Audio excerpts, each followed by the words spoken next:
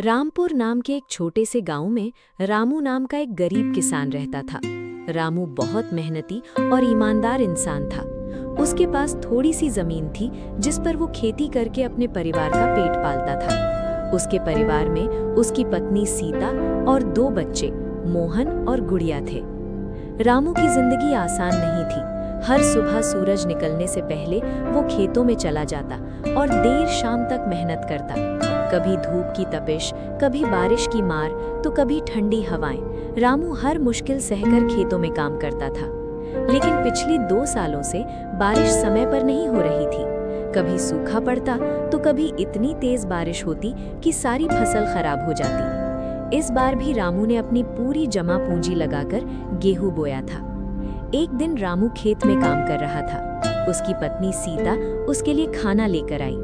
सुनो जी, सीता बोली, घर में अनाज बहुत कम बचा है। अगर इस बार फसल अच्छी नहीं हुई तो बच्चों का पेट कैसे भरेगा?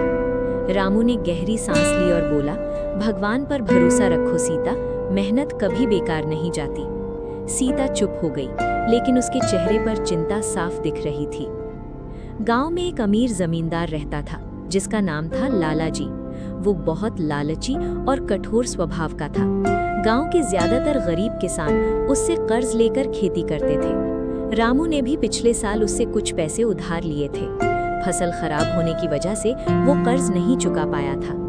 एक दिन लाला जी अपने नौकरों के साथ रामू के घर पहुंचा। रामू, लाला जी जोर से चिल्लाया, कब लौट आएगा मेरा पैसा?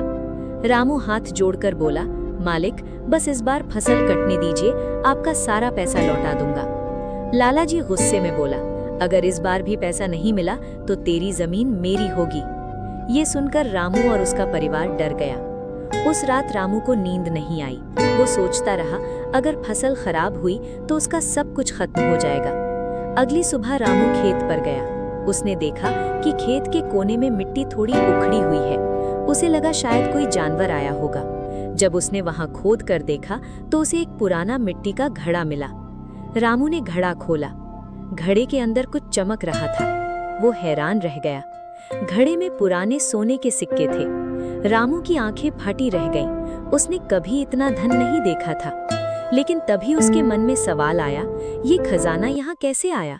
और तभी पीछे से किसी की आवाज आई, रामू, ये खजाना जितना दिखता है उतना आसान नहीं है। रामू डरते हुए पीछे मुड़ा। सामने सफेद दाढ़ी वाला बूढ़ा साधु खड़ा था।